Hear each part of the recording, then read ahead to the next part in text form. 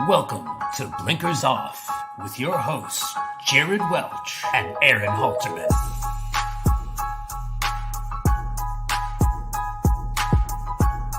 What is up? What is up? I'm Jared Welch. He is Aaron Halterman. It is Thursday, August 15th, and this is Blinkers Off. What's up, man? What's up, guys? What's up, dog? How you doing? I'm back. We're back. People may thought we had like it's one of those situations where you don't really know, like on air, like all of a sudden one of them is not there anymore, and you have like guest hosts and stuff, and the next thing you know, you find out that they've been replaced. I am back. The timing of the last couple of weeks, I was on vacation, and then that's something. Oh no, I was still on vacation the next time. So back-to-back weeks, but I'm back, and it's a lot's happened since I was last on Blinkers Off. Yeah, I forgot you were gone. I forgot that you hadn't been on in a while. So. I appreciate that. Ryan filled in, and who was on the? Was Magic? Okay. Magic, yeah. Magic, yep. Let's see what happened since I was gone. Arthur? Yeah, won the Whitney. Yep. Nothing much happened last week, really. Let's see. Well, that was the races that kind of got delayed, like 4-Star Dave that, and all that stuff. The Colonial races there. Yeah. So. Yeah. And by the way, we just got back. So I was gone from I think it was like July 30th. And then I left on vacation, and I didn't get home till the 8th. Mm-hmm. And then we left the 8th to Seattle. Well, got delayed, sort of ish. Yeah. And then we left, and then we just got back from Seattle the other day. So it's I've literally like half the month I've been gone. But so we went to Seattle. We did to Emerald Downs. We did. Went to the Mariners game. Saw John. Saw Ryan. Saw our good friend John White get inducted into the Washington Racing Hall of Fame. That was amazing. Got to see probably one of the top 5 Longacres Miles of all time. I mean, it was an incredible race. Saw a back-to-back winner. I mean, really, it was a solid trip. It was a charm trip from beginning to end. Got delayed, but was able to get there in time to go watch the Mariners. That was great.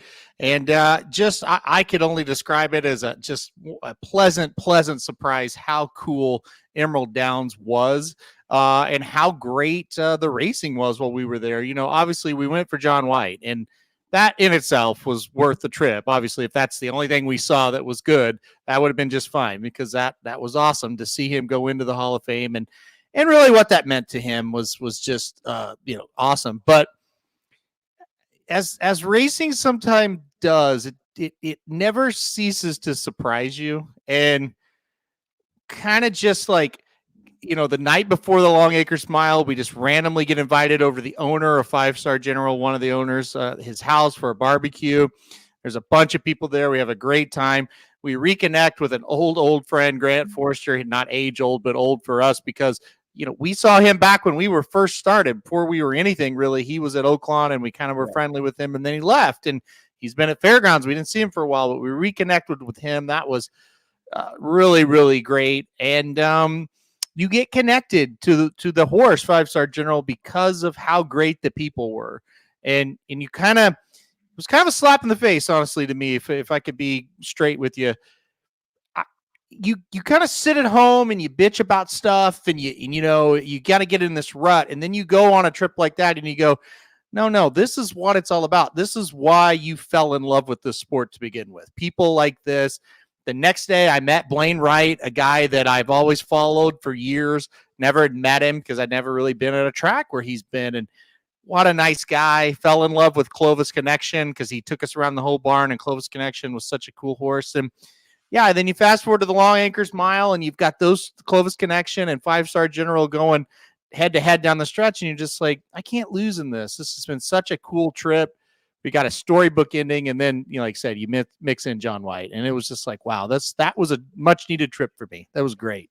It was unlike for a lot of reasons, but it was unlike any horse racing trip that we had ever had. And, people don't really realize is we had never, in all the years we've known John and all the, memories and hangouts and everything, we've never actually done a day at the track with John. Yeah. And that's so weird to think about. But I think you mentioned it. And you're like, yeah, I don't think we've ever actually.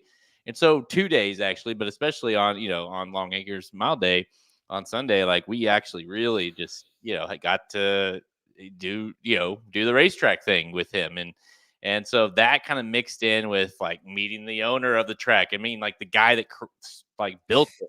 How cool was that? Yeah. Insane. Like he was like 85 years old, sharp as a tack. And like he pulls out this binder. It's probably about it had to have been 6-7 inches thick.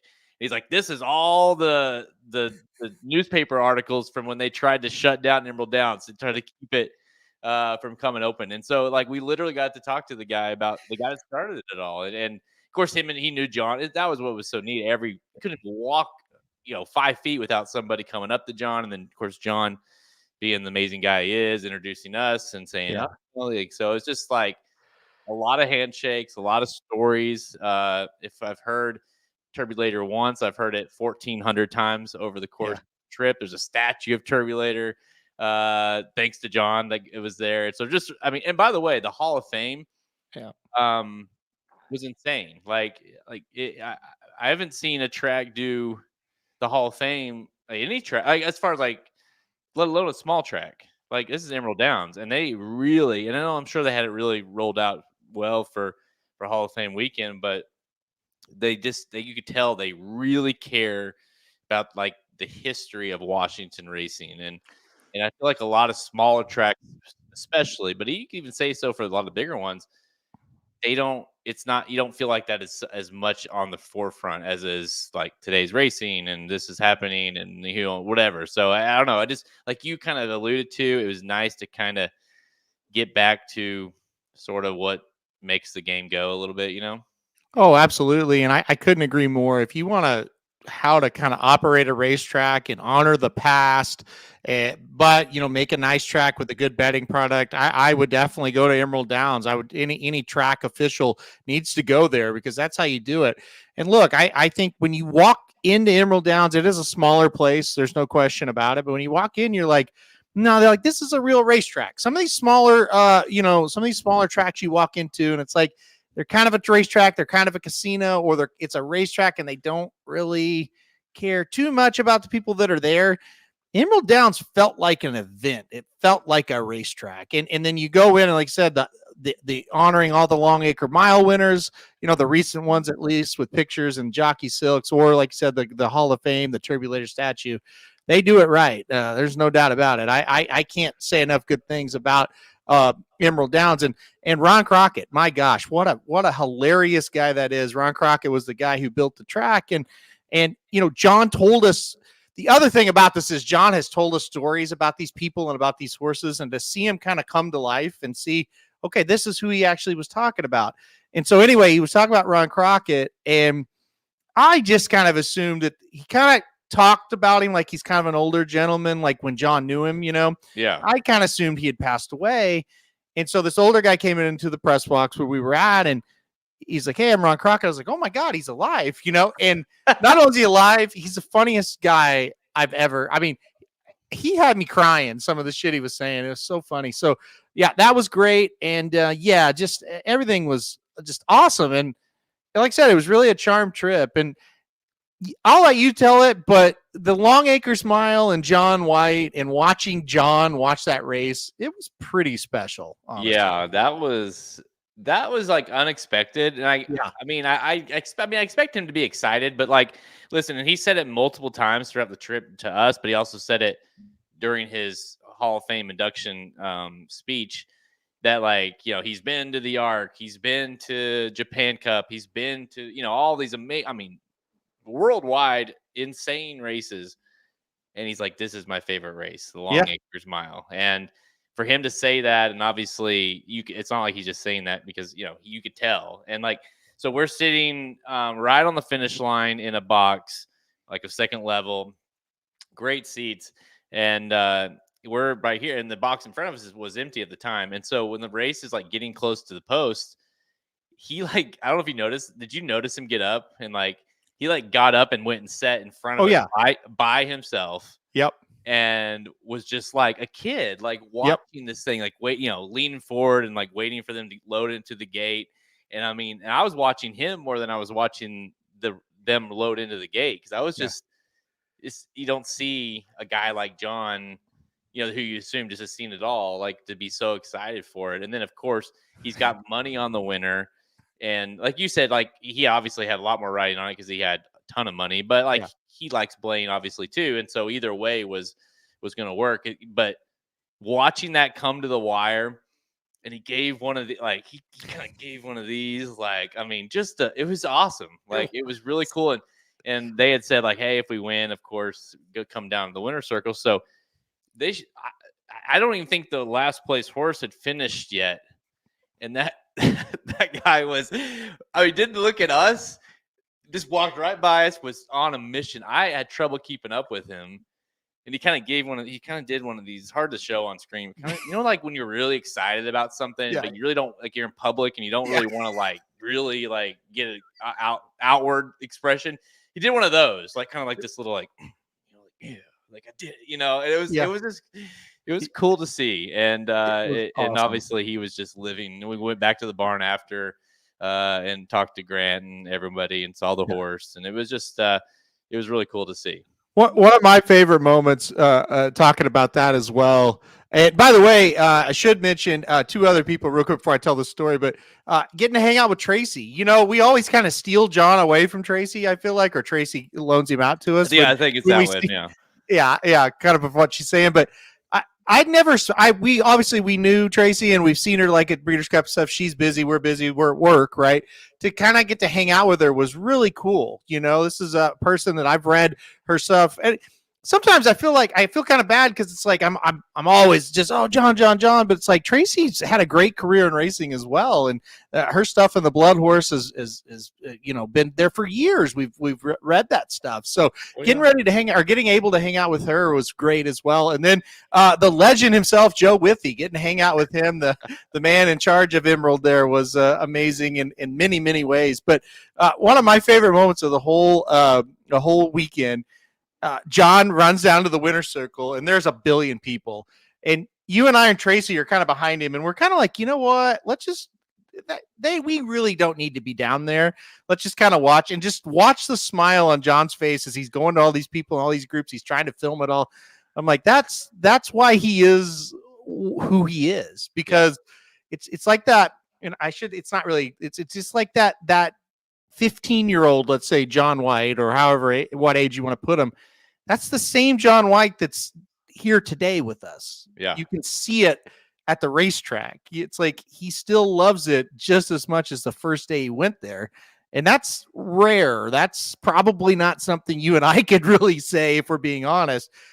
His love for the game has never faded, and that was apparent with these moments that we're talking about. Yeah. Well, you can probably count on one finger, honestly, how many guys in racing that are his age, that have been in it the whole, for 30 plus years or whatever, who just like have that excitement now as the same as they did when they started. Yeah.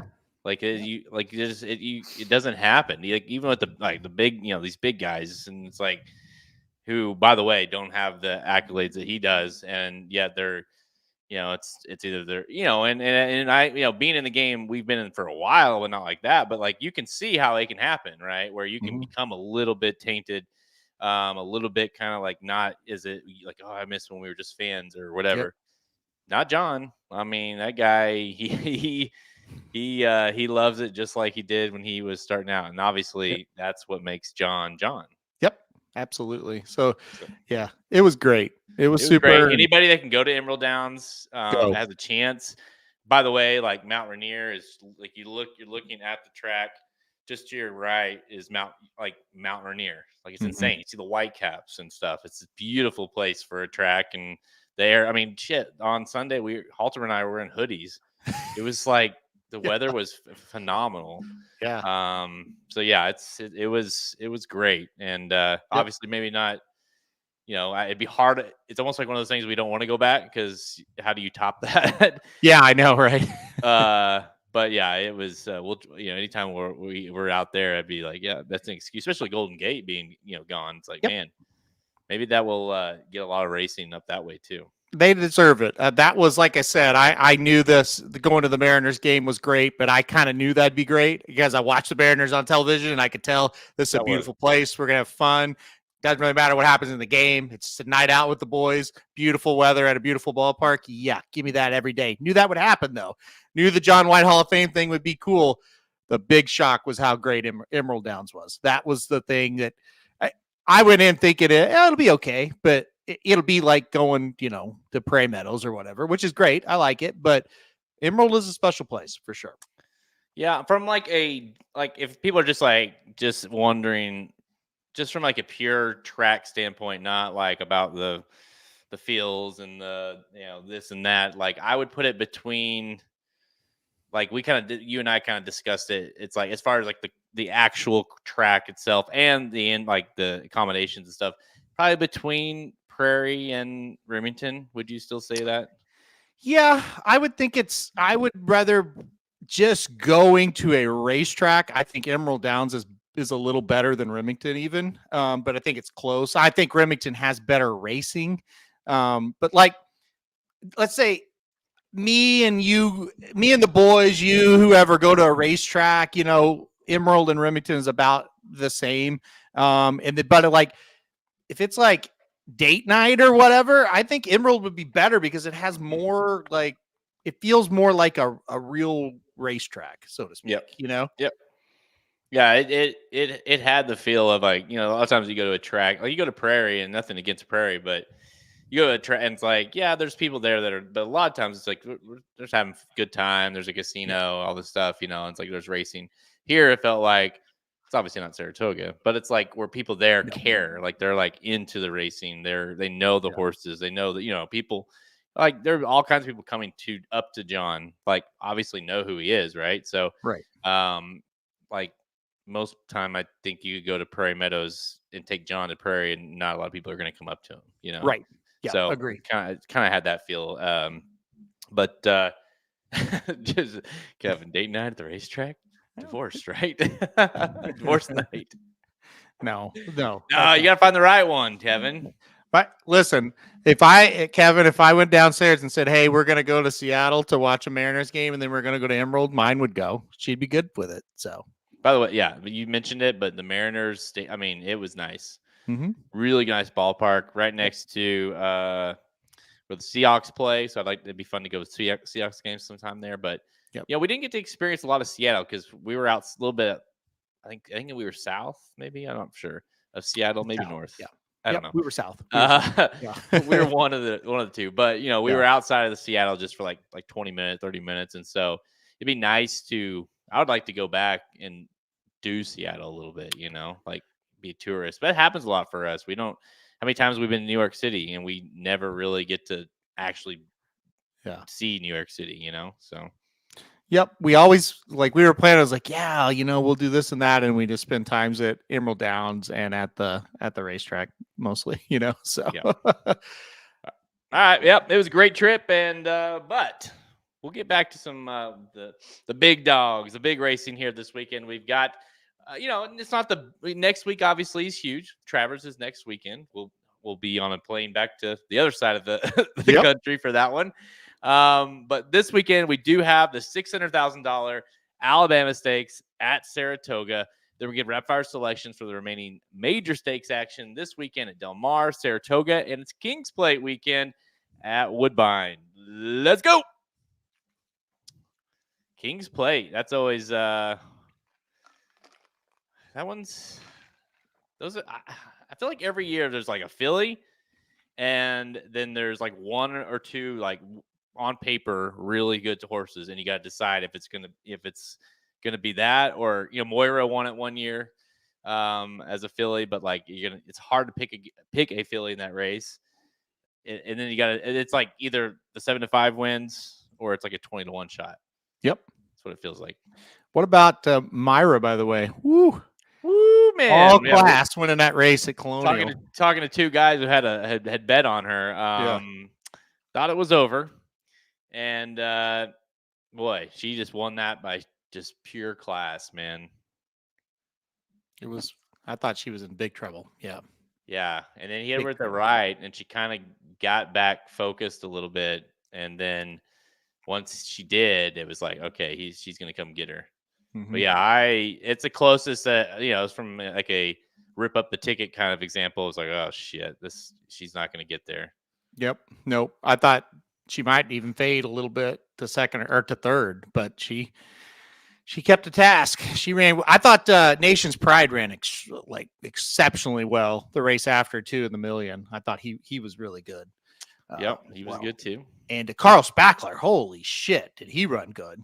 And then Legend of Time, not so good, but yeah, where the hell? I mean, I know Carl Spackler is pretty scary, really, because he keeps getting better. That was really impressive. That was just like, oh shit, like, because I mean, he'd ran well, but then he did that, like, oh, yep, really impressive. All right. Saturday at Saratoga, race number 10. It is the Grade 1 Alabama, worth $600,000, going a mile and a quarter for the Phillies 3-year-olds. And of course, with Torpedo Anna bypassing this race to run next weekend in the Travers, this makes the field seemingly somewhat wide open. The horse that she thumped last time out, Candied, is your favorite at 7-5. But I mean, she is certainly no lock in the race because you got all kinds of options across the board. Pletcher's got another one with Miss Justify. You got Just Basking. You've got Power Squeeze, who once upon a time has won some decent races. Intricate. A lot of chatless. A lot of these horses are interesting, Halterman, from a standpoint that maybe they're not like winning the biggest of all races, but they're all coming in for the most part. A lot of them are coming in with nice wins, and then it's like up to us to determine, were they good wins for that level, or are they is the horse actually up and onto better things? Because the issue with Candied is she isn't winning those big races, but she's also in a higher level of races. So you kind of have to solve this puzzle a little bit. Yeah, I think it's who did Torpedo Anna beat? Okay, we're gonna pick one of those. So so that's like Power Squeeze or Candied or somebody like that, right? Because she seems just like the class, and then it's like, okay, who ran close to her? Okay, yeah, let's pick them. So yeah, look, I'm glad that Torpedo Anna is not in this race for two reasons. And like you said, you get the better field and a more wide open field. That's number one. And then number two, we get the amazing Travers next week. So number 7, Candied for me. I didn't. I shouldn't say I didn't take a lot of time, because I did, but I never wavered, is what I should say, off of number 7, Candied, when I was going through this. Came back in the Ashland, and I really thought just wasn't quite ready. They're trying to probably rush her to the Oaks and just ran out of time, just didn't get there. She was on the also eligible list and didn't draw in. Went to Monmouth, ran very well, got the job done in a smaller stakes. And look, I think for a half second, you kind of thought that she might at least make a little bit of a run at Torpedo Anna. She didn't, but I still thought she ran very well in that race. So I think Candied's the one to beat here without a doubt. I think the way she's kind of coming into this, I think she's found the field. I think she'll like a mile and a quarter, and I think it's time. I think it's just going to set up very well for her. So Candied for me, I think she's going to be really tough. Yeah, I'll be honest, that I thought it's tough because in a lot of like as far as a numbers perspective, I don't know what Timeform is saying, but that Candied regressed a little bit in that CCA Oaks. Now she regressed. She finished second to Torpedo Anna, who's running the Travers against the boys. So it's like, all right, well, she still would have won. But from a numbers perspective, she had kind of gotten better with each and every start. And then CCA Oaks, she backed off of that Lady Secret back to an 89. So, what was that? But yeah, that's the question. I do think she is in the class level now that she's caught a field. She's probably super psyched. Pletcher is super psyched that that Torpedo Anna has opted to run against the boys. But I don't know. Like, I can't quite get there with. I imagine she's going to be at 7-5 is probably as high as you're going to get. I don't know. I kind of want to try to beat her. I looked at her stablemate, Miss Justify. I think this is an interesting horse stretching out now for the first time. Been running at a mile. Well, the last two have been at a mile. And, that last effort in the Wilton, I thought was pretty impressive, really, because it kind of looked like maybe spun her wheels a little bit kind of when they got out of the turn. And then once Pratt really got on her there, she went cruising towards the end of that race. Now, obviously, Justify, you got to think this horse will want to go a little bit longer. And so I do think that the fact that Pletcher has entered her as well and Pratt stays aboard, I don't know. I'm interested in her. Now, if she gets bet really hard and Candy like drifts up for some odd reason, then it becomes a little bit more questionable in my opinion. But I like Miss Justify at a price a little bit. I don't hate that. I don't hate that at all. I agree with you. I thought the Wilton was a very determined effort. She kind of came up the rail there, ran big, and I think this horse will get to the lead. Now stretching out to 1 1/8 has been on the lead when going a mile, 2 races back there at Churchill Downs. So I think she'll try to get to the front. You mentioned Justify. Obviously, that's good on the top end there, going 1 1/4 miles. A horse that you and I knew very well, Majestic Perfection, is on the bottom, and that's kind of the scary thing. Yep. I would guess that's why they've kept her going shorter, because that bottom is all sprint. If you don't remember Majestic Perfection, he was a sensational sprinter, but that's all he was. So that's the big question mark. And we're going from a mile to 1 1/4 miles. That's another big question mark as well. So I do think she's going to be the one they're going to have to run down. And I don't hate it. Like I said, she has really shown talent in those last 2 races. So I get it. What about the number 2 Chattelus? That's a horse we talked about a little bit with our new people we met, new friends we met. And coming off that Indiana Oaks win, Grant Forrester was the trainer there. Back to Mark Glatt here. That's more of just hey, Mark Glatt developed the horse. We're going to put his name on the training here for a Grade 1 race. So it's Forrester and Mark Glatt kind of working together with this horse. But this is one that was pretty classy, won the Grade 2 Chandelier as a 2-year-old. And like I said, came off of a long layoff. Pretty nice win in the Indiana Oaks. Tougher today, though, no question.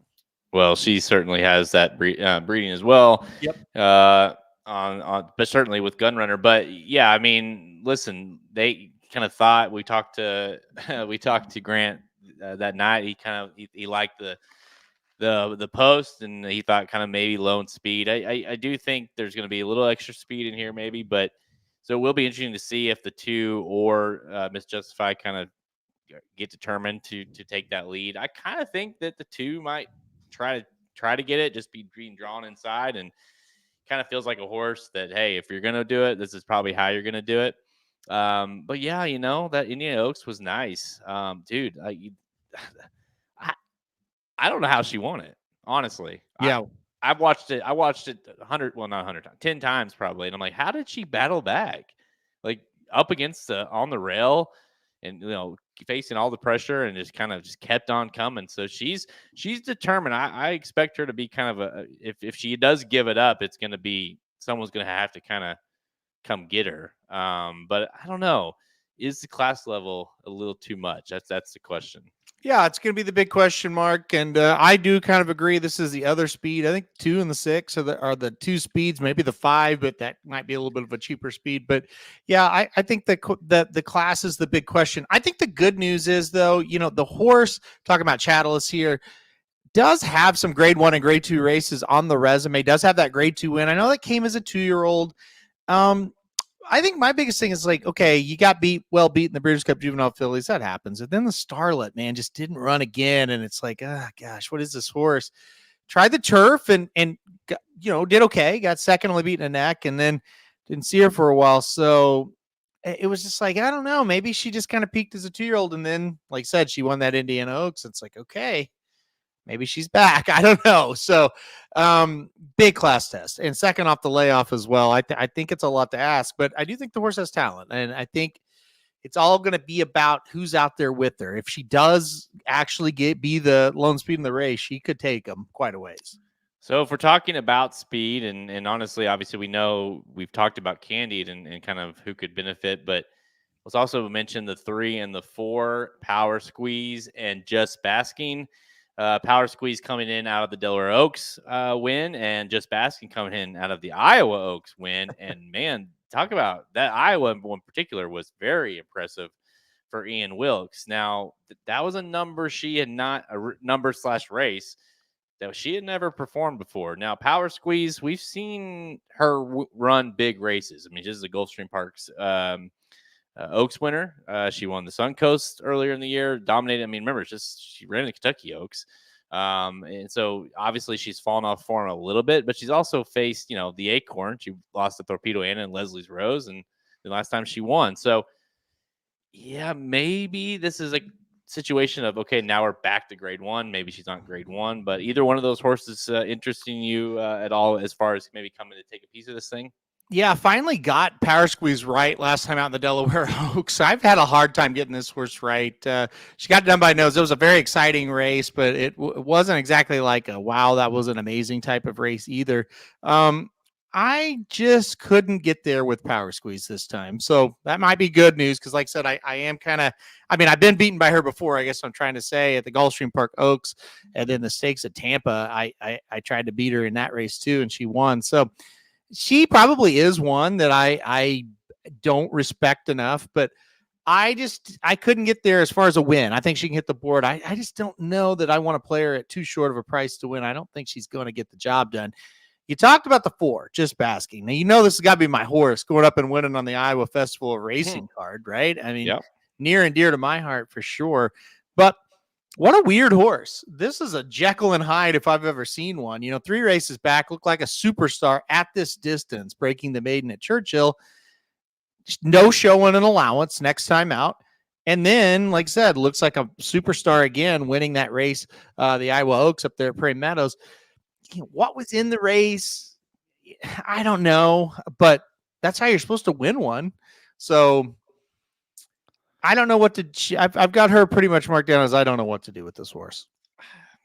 I think it feels like she's not classy enough, but I'm not sure. I don't know. She like that was just a race out of, like, even the race that she won, that maiden special weight. I mean, she ran a 79 buyer. I mean, she ran a 90 buyer in the Iowa Oaks. I mean, that just came out of nowhere. And the way she won it, she looked like, this is a horse that had kind of been coming out of the clouds, and then all of a sudden was a little bit more tactically placed that day in the, well, at least later, like in the as they got into the turn. But yeah, so maybe that was a key.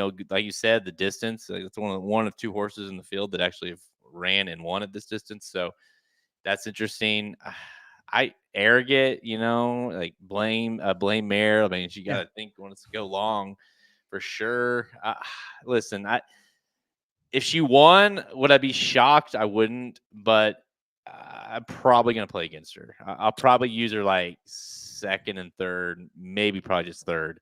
Because I definitely could see 3 and or 4 coming up and getting a piece, but I don't know if I can go there with them winning this thing. The 4 Just Basking would be one. If she won, I'd be kind of mad at myself because it's like I do see a little bit there. Whereas the opposite with the 3 Power Squeeze, it's like I handicapped the race. I recognize she has talent. I don't think she's good enough to play a win wager on what her projected odds are going to be. If she wins, she wins. It's that kind of thing, right? Yeah. I'm taking a stand. With the 4, it's more of a I don't know what to do with her. So if she wins, I'll be like, well, that was dumb, Do you ever, when you're handicapping? I was doing this with this race, and there's a few in particular that, like, when there's a star horse, like, say you look at the CCA Oaks, and you got a horse like Torpedo Anna who gets a big number. And then I always feel like the numbers past that, like the numbers for Candied or the numbers for Intricate or whatever, they're skewed. Yeah. Because the numbers are always higher than they probably should have been, because the winner. Now, if it was like bang bang kind of, you know what I mean, like a head victory, and it's like, okay, those are pretty similar. But when she wins for fun and just kind of, you know what I mean? So I feel like they have to give a high number for Torpedo Anna. Well, then they have to also be higher numbers than maybe they should have been. So do you take that into account? So like sometimes when you look at Miss Justified, for instance, like, well, there wasn't anyone else really in the race that, like, that her number is her number kind of thing. Whereas she won, right?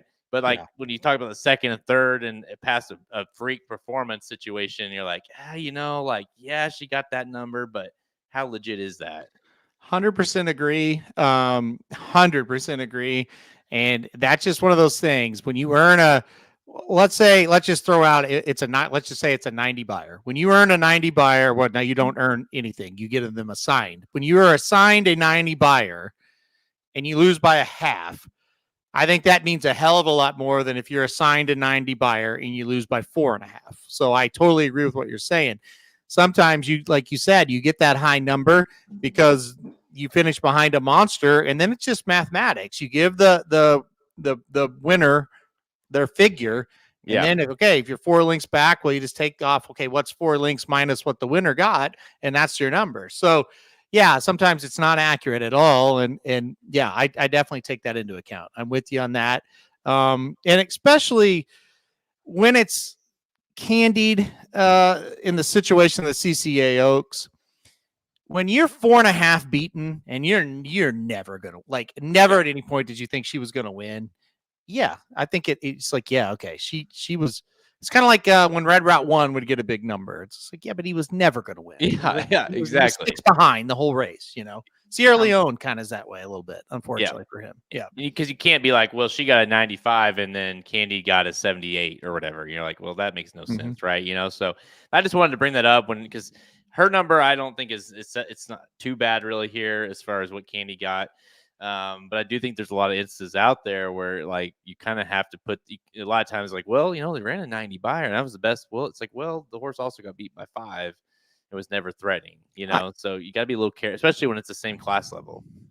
I really feel like I want to be careful I say that because I do think there's value in numbers. But I feel like they're more so to try to find like, if you look at a race and a horse is capable of running, let's say 10 points higher than the next best horse, I think that's when it becomes significant. But if one horse ran a 90 and the other one ran an 88 and the other one ran an 86, I don't think it matters that much. I think it's, for me, the longer I'm in the game, it's more about finding standouts than actually like trying to separate, okay, these horses are close, let's take the highest number type of thing. I don't know if that makes any sense what I just said, but I just don't like when I'm looking at like 2 horses or whatever, and I don't like to like if one horse say has won 2 in a row, got an 85 buyer in the first win, and then got an 89 buyer in the second win, versus a horse that's gotten second and third and 2 back-to-back races, but has gotten an 85 and an 88 or whatever, or 91 or something. You know what I mean? You're like, well, it's like, well, he's also not winning, and so, and then like, well, who was in that race with it? So I think you just have to do a little bit more. You have to dive a little deeper than just like than who had the higher number. I would much rather have the horse that's winning. Yep. If you go through and all you do is play the highest number, you will lose. I mean, you will win a couple, but over like long term, you will lose because it's just people like to any of the numbers, they like to shit on them, right? But what you really have to realize, whether it's time form or the buyers or even Thoroughgraph, everybody thinks Thoroughgraph's the greatest thing ever. It's still a guess. You're still guessing. All right. So give me I think we can all agree that Torpedo Anna would beat the living shit out of this field. But she's not in this race. We're going to see if she can do it at a mile and a quarter next week. But we'll save that for next week's conversation. But this race, who is your pick to win the Alabama? Yeah, listen, I think it's the horse that Torpedo Anna beat the hell out of last time out. I think it's Candied. So I put number 7 Candied on top. I think this is kind of the perfect spot, perfect race for her. She's just got to go out and perform. And I think her best race is just a bit better than these. And I think Chattelus and Miss Justify will go fast enough to kind of set it up for Candied. All right. You're going with the class punching bag, so to speak. Yeah. I'll go with the kind of the new shooter, so to speak, as well. Number 6, Miss Justify. I've liked the way this horse has kind of come in. The question mark is how far she will want to go. But I think kind of given the price, it's worth the play. Pratt is back aboard. I don't imagine we'll see 6-1, but maybe in that 3 to 4-1 range. And listen, she's shown 2 back-to-back efforts to be versatile. She can go to the lead. She can come off of the lead. I think Pratt will know, obviously, what to do, what's best, considering what the 2 does here as well. So give me the 6, Miss Justify, in a mild upset over Candied in the Alabama. I don't know. We'll see. Yeah, I'm very fascinated by your top pick, and I want to see what's going to win out, top breeding or bottom breeding here, because that's going to be interesting. Because we'll find out. I have a feeling we'll find out pretty hard in the turn. Absolutely. You'll either be like, okay, they're gonna. I do think one thing that's I think is interesting to the race, whether it be the 2 or the 6, whoever is in the lead at the top of the stretch is gonna make these horses earn it, because they're not these insanely world-class horses, right? Yeah. Like, we don't even Candied is like, I mean, you throw out the Monmouth race and she really isn't anything much spectacular, right? And so if one of those 2 get out there, someone's gonna have to come get her, or come get them. So I think they put up a lot. One of those horses, if not both, could put a lot of pressure on this field. Yep, I agree. Well, if one of them gets loose going a mile and a quarter, it's going to get dicey. Yep. And whether it be the 2 or the 6, because they are good enough to stay. And the longer you get, the harder it is to close. So I'm with you. Man, it's like, I don't know, it's like hailing. I don't know if you can hear that, but no, I can't hear it, but it rained so hard during that preview that I had to turn up the volume. Yeah, shit, man. I could hear it like clicking. Wow. It's some well, weird ass weather. Yeah. Oh shit. It's so humid here too. Like, shit, man. Dude, yeah, I mean, not to talk about weather, but it was a slap in the face walking out of that airport after we got home, first where we were. Yeah. It almost made me think, why do you live here? This is disgusting. Because, like, I don't know about you, but like, I just haven't been outside in the last couple of months. It's just awful. And then you go up there to Emerald, or well, not Emerald, but you go to Seattle and it's like, oh man, I'd be outside every day if it was like this. So yeah, it sucks here.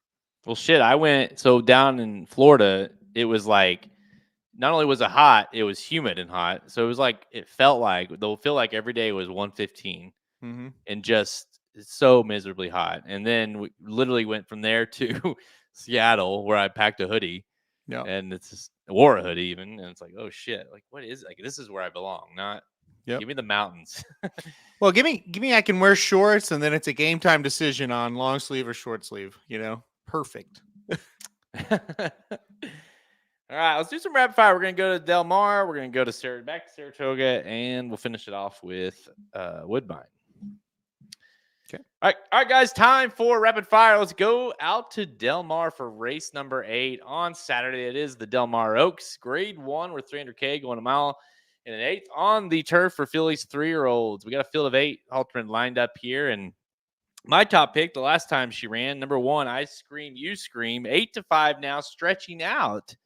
Are you still a believer after that last performance, or do you think the stretch out might cause some concerns? I would say I'm even more of a believer after that performance. I thought that was a really good race last time out. I'm not concerned about the stretch out. I am concerned, though, that, this is a really good field. Whiskey Decision's a nice horse. Buku, I think, is a very nice horse. Horses coming in, Circle of Trust, not too bad either. You got some of those horses that you had to beat last time out in this race, but I'm on number 1. I Scream, You Scream. I really believe this horse is the goods. And really, after those 2 sprint races, you kind of thought, okay, stretch out to a mile should be perfect. Win again, and it's like, okay, it's time to try it. Let's stretch it out even further. I think she can do it. Give me the 1. Yeah, that race that day from a guy that had her bet was like, when she went so fast, and then they got in the turn and she got pressured in the turn. I thought, oh no, like, here we go. And then she just kept on going and really kind of extended a little bit there late in the race. So listen, I'm a big believer in her as well. I am putting her on top. I think she is the most likely winner. I do have some interest, and as from a value standpoint, I really like at the 6, Maduro. I think this is an interesting one. You go watch the replay of that last race of San Clemente. She was bottled up. She had a lot of trouble. By the way, that was her first career loss ever. And obviously now coming back and doing it again here. But, that got bottled up, finally got some run, was definitely kind of coming, but obviously was never going to get to the winner that day. But we'll see. Maybe the stretch out back to mile 8 where she has won before, maybe that kind of gets her back in the winner's circle. So I do think the 6 is interesting at a price. But give me the 1. I Scream, You Scream, which is an amazing name. Do you have any other interest in D'Amato is like anytime he has it's always like the other like the 4 got play last time. Do you have any interest in that one? The 4, not as much as the 6. I'm with you on the 6 as well. Maduro. I played Maduro last time out, and you're right. It was just a shit trip. So I got like 1, 6, 3, 5 is where I'm leaning in this race. Maduro, I think makes sense. And I listen, Buku. I don't know if that morning line is going to be accurate. We kind of had a discussion. Some of these have not been at Del Mar this meet, but 12-1 is like that horse probably shouldn't be 12-1 in this race. I think she should be more like 6-1. So I've got a little bit of interest in Buku underneath. And who knows? I don't know how I'm going to structure the tickets just yet. Could use her, maybe not. Just depends on how deep I can go in this race. Yeah, I don't know, man. Buku's been one that I've been right on before, and I've been really wrong on. She's tough to handicap, but the thing about her though is she does have those races in her, and so you never know. Like, so I don't necessarily hate using her. I don't know. She's gonna have, she's one of those you're gonna have to kind of play defensively if you're gonna play. But all right, let's go back out to Saratoga for race number 9 earlier on the card, Lake Placid. Where it's grade 2, we're 200K going mile 16th on the inner turf for Phillies 3-year-olds. Field of 11 shows up here. She feels pretty for Sherry DeVoe at 2-1. Kind of looks like a standout. Did you kind of lean that way as well? I mean, you got Chad Brown, you got Appleby even in the race, but here I am talking about Sherry DeVoe, and she feels pretty. Yeah, Christopher Maiello says that, and I'll agree with it. I love he says I love she feels pretty in the Lake Placid. I agree. I think she looks awfully tough in this race. I thought she ran well last time out. Just ran into a couple of nice horses, still lost by only 3/4 of a length. Cutting back to mile 16th, I think that's good. You look at her 1 mile races. They were very, very good. The race at Pimlico obviously was fantastic. The Natalma last year also very good at a mile as a 2-year-old. So a mile and a 16th instead of a mile and 3/16, which is what she had in the Belmont Oaks. I think it's going to make a huge difference. It's a very logical spot. I do realize, you do have dynamic pricing, pretty nice horse for Chad Brown. Could definitely win. You got the Appleby horse as well, but I think she feels pretty. It's the one to beat. Yeah, give me 7, man. I just you go look, and this is a horse that you can make some arguments. Now again, you can make several some things have to go right where she could be undefeated. The Breeders' Cup, she had a really wide trip. Belmont Oaks, I thought she ran a hell of a race literally last time out as well. She's a tough filly, and listen, I just think she outclasses them here, plain and simple. I really looked long and hard at the 2 that finished 1-2 last out, Grayosh and Proctor Street. What? I said that's what she said when he said I looked long and hard. Anyway, go ahead. Sorry. She did? Did Maybe. she? Well, I've never heard it, but I would imagine I've heard at some point in her life. Anyway, go ahead. Rumors that some people get that, but I don't.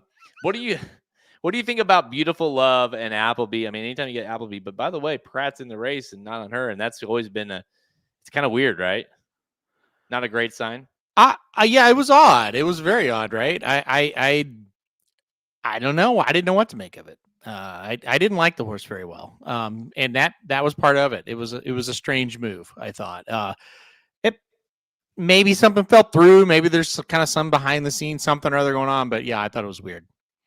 Yeah, Proctor Street for me is kind of the horse that I have a lot of interest in. And the horse came out of Indiana Downs, or whatever it is, Horseshoe, Indianapolis, and won that day, but came into Saratoga off of that and was a big price, and then did it again, beating Grayosh. And so it's like, hey, I think this is a horse that maybe proves the people wrong last time out, clearly based on the price. So I do have some interest in her underneath, but I just don't think she's good enough to beat. I don't think any of them are good enough to beat the 7. Yeah. She feels pretty.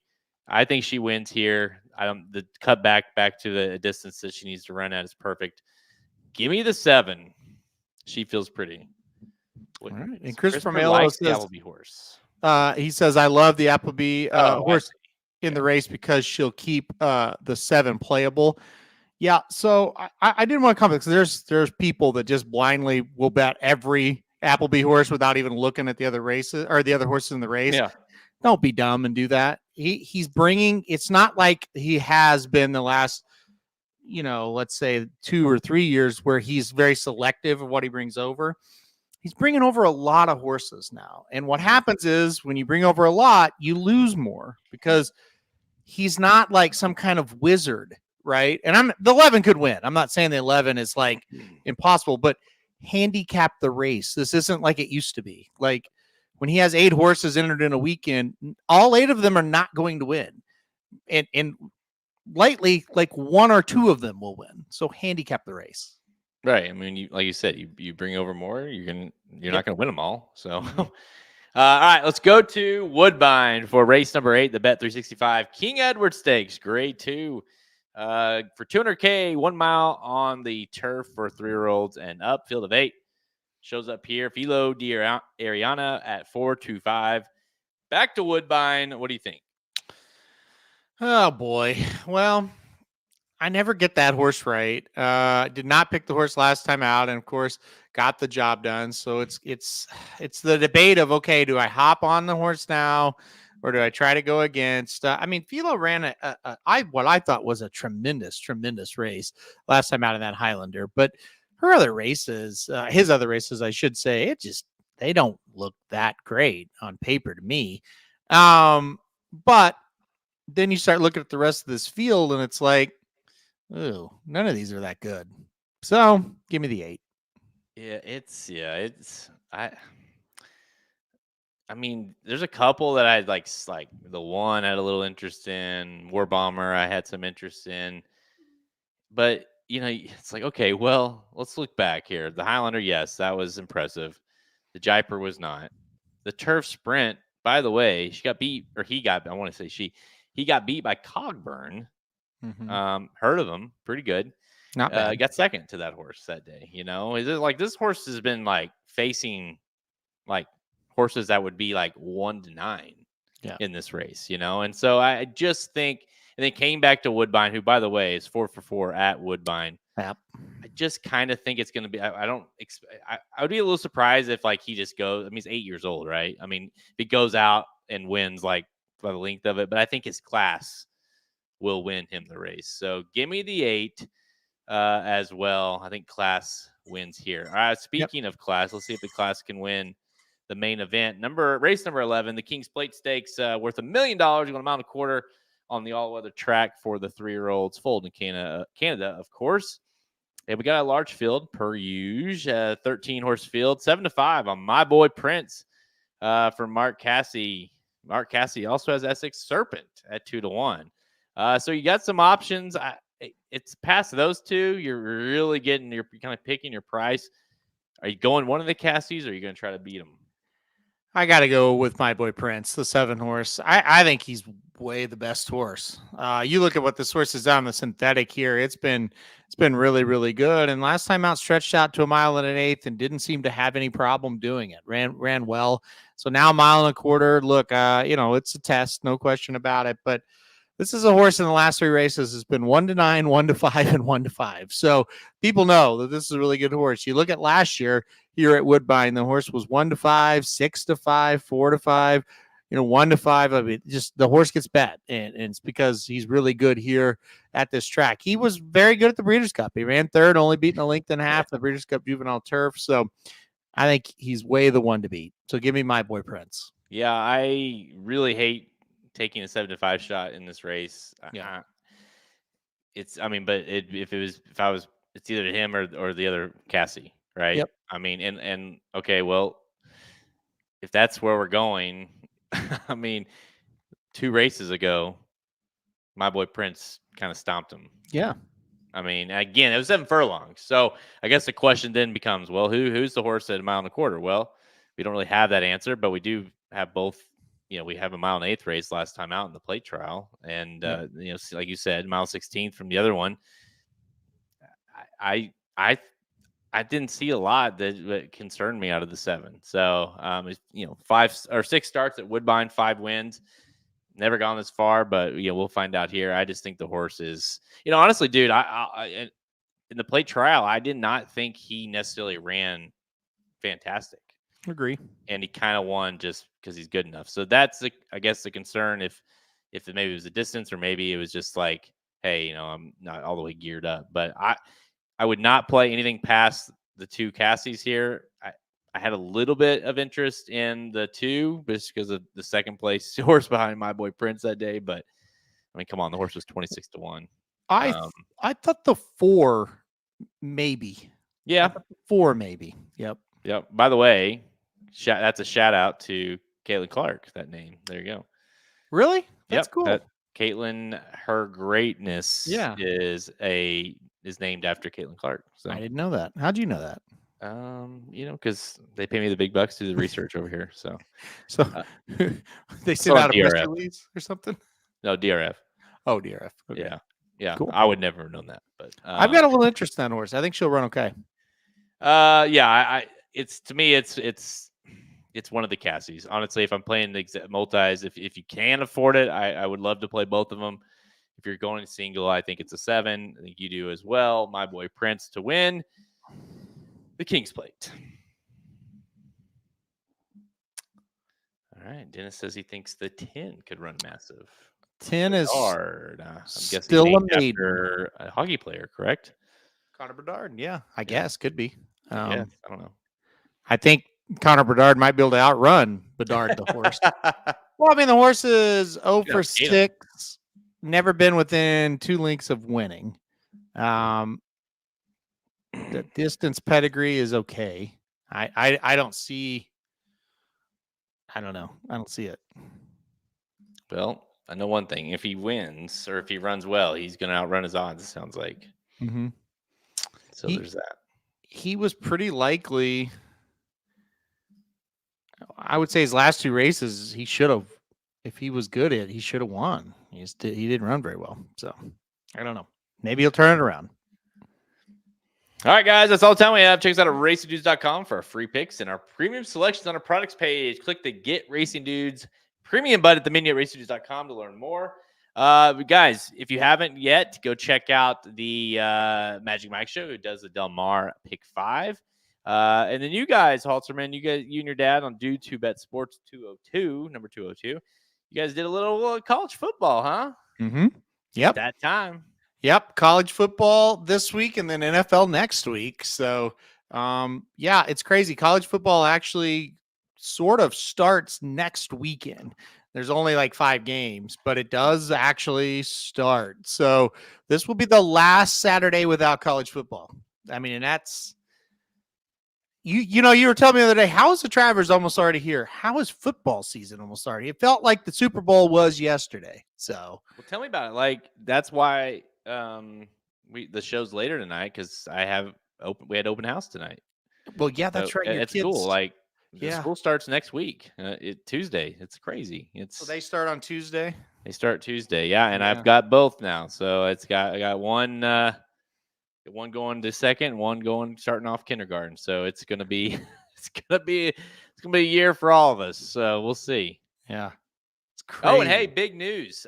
So I know last year we tracked the turtles. They turtle. Right. Well, yeah. I wasn't gonna say this. That wasn't what I was gonna say. But I did see the girl. Remember the girl that was talking shit to me that one time? I did see her. She's in her son's in Cohen's class. Okay. She kind of gave me a elbow when I walked by her. Mm-hmm. But no, we have big news. Cohen he's retiring from soccer and is now a member of the, I don't know what, I guess the Falcons. I don't know, the Falcons. He's a Falcon. He's playing football, flag football this year. So he's on the Falcons. We'll see how we coach this year, how we do. So I am going to be coaching. I didn't put in for a head. I put in just, starting off as assistant. We'll see if we can work our way up from there. Yeah. Yeah, I love it. That's great. So we'll That's see. I Obviously he wanted the Chiefs, but I was I told him there's worse teams he could be. So yeah. I mean, I was pretty. I mean, it was time for football. I was pretty bored with the soccer.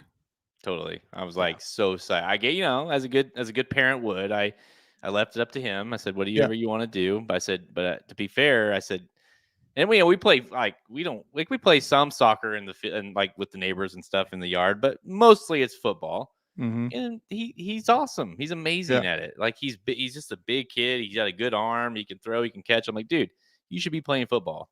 Yep. And I think he finally has the confidence to want to do it. So I agree, and I don't think they'll hire him, Kevin, honestly, for coaching, Listen. because they will look into what he did with the Raptors and be like, yeah, he let that girl beat him, and there's no way. So yeah, It's like the opposite Ted Lasso. yeah, exactly. Quit on the Turtles.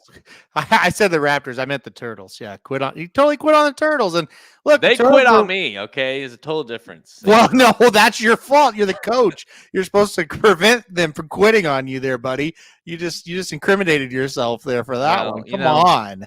Listen, I lost the locker room. I'll be honest. I did. Well, that's embarrassing. That's embarrassing. One kid was more concerned about what his mom brought for snacks. The other one was on the sidelines playing with the kids next to, like, on the side of the field. It's like, what do you want me to do? Embarrassing. It's embarrassing. So yeah, I did get ran off. Really, I think is the biggest thing that happened. That the girl really scared me off, to be honest. So well, that's any tips for going to a brand new track? Derek Wolf asks. And then he says, first ever race at this track is tomorrow. First of all, what track is it, Derek? If you don't mind telling us what track it's going to be. But what do you think for a first time starter? I almost said for a first time racetrack goer to a new track. What do you like to do? Well, I mean, we've obviously in our days have been to a lot of tracks for the first time.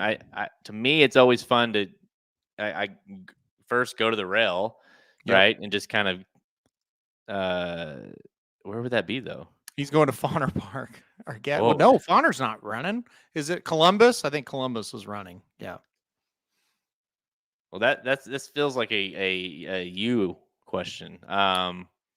That's going to be, you go to the rail, you get first take in the sights, see what you're working with, and then find a beer, find a drink, and assess the situation that you're working with, and then the track like that, it's like you're not going to find superior racing, so you got to try to find the jockeys and the trainers that are winning at the highest percentages and kind of lean on that, I think.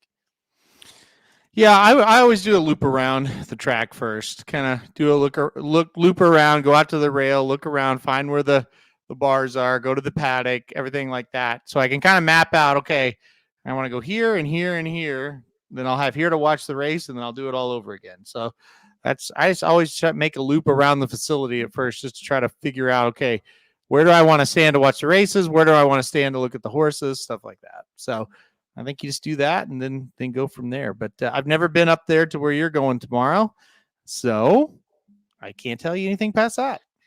Yeah, I mean, it happens at every track, big or small, but like especially the small ones, like you just have a lot of dominance on these, like the trainers and the jockeys, like the top ones, and it's like, well, they have high percentages because they're winning a lot, and so just keep an eye on those. You can still make money even if the horse is 4 to 5 or whatever. You can play an exacta with the horse. One thing about what we were seeing a lot during those 2 days at Emerald is like, man, speed was, now again, it doesn't happen every time, but there for like a hot stretch of 8 to 12 races, speed on the front was just deadly, right? You just couldn't, if you got to the front, it was over. And so just kind of keep an eye on those, because these horses aren't very good at that level at where you're going. And so if you can find like the best of the worst, right, it's hard for them to get beat. Yep. What did he say? Jared's tip would be find the area where you can. Yeah, that's true. Funny. Yeah, that's true. pretty accurate. Yeah. Yeah, to echo what you said, it's like when you get to those smaller tracks and you see a trend like that, play the trend. That's like I can't remember. I don't know. It's the 3-horse in the third race Sunday. It's just like, yeah, he's the lone speed, and if he gets out of the gate, there's just no way anybody on this track, the way this is Right. playing, is going to catch him. So you kind of play that a little bit harder than you normally would. You keep an eye on the track trends. They're easier to see, I feel like, when you're there. So yeah.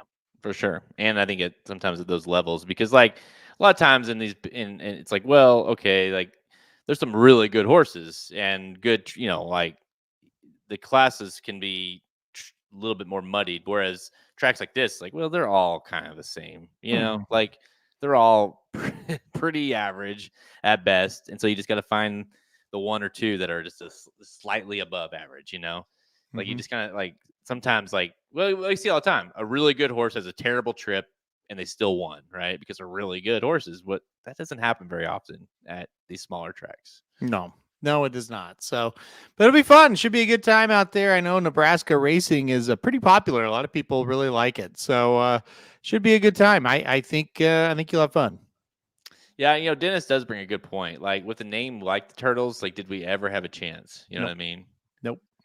Like cool name, but not a competitive name. Yeah, it's like it's you can't name after like the slowest creature on the planet.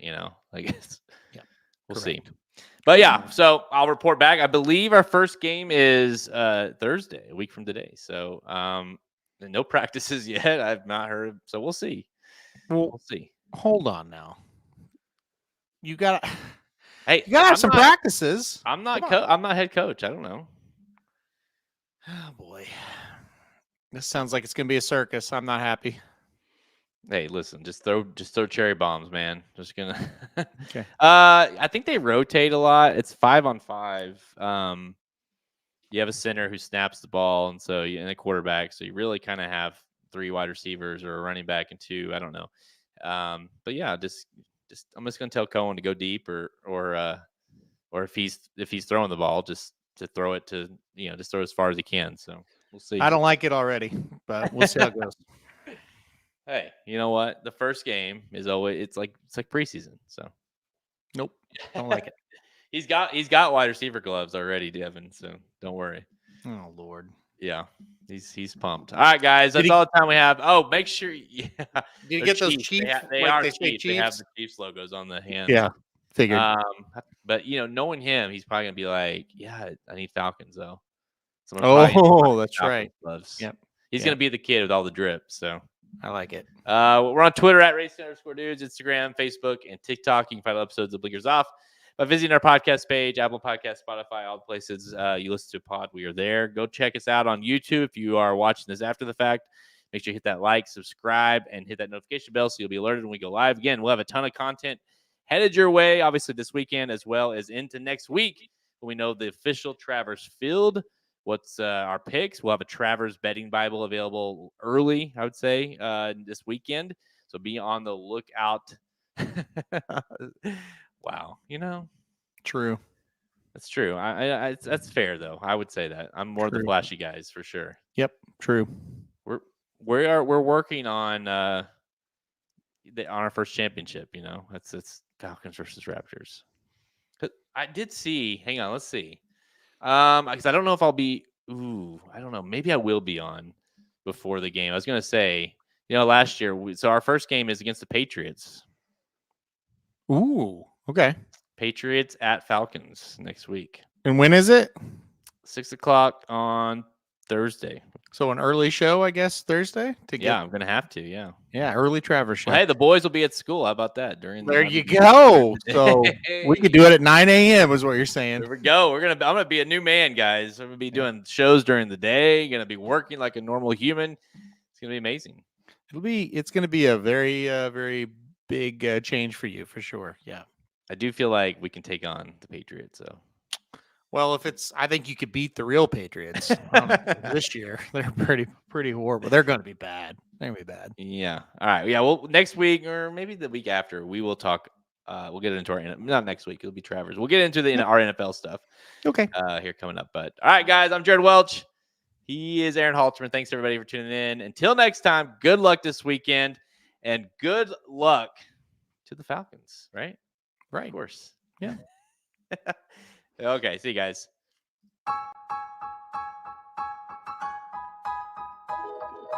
Thank you for listening to another episode of Blinkers Off. Join our horse racing community at racingdudes.com and follow us on Twitter at racing_dudes. Want to make money betting horses? Bet with the Racing Dudes.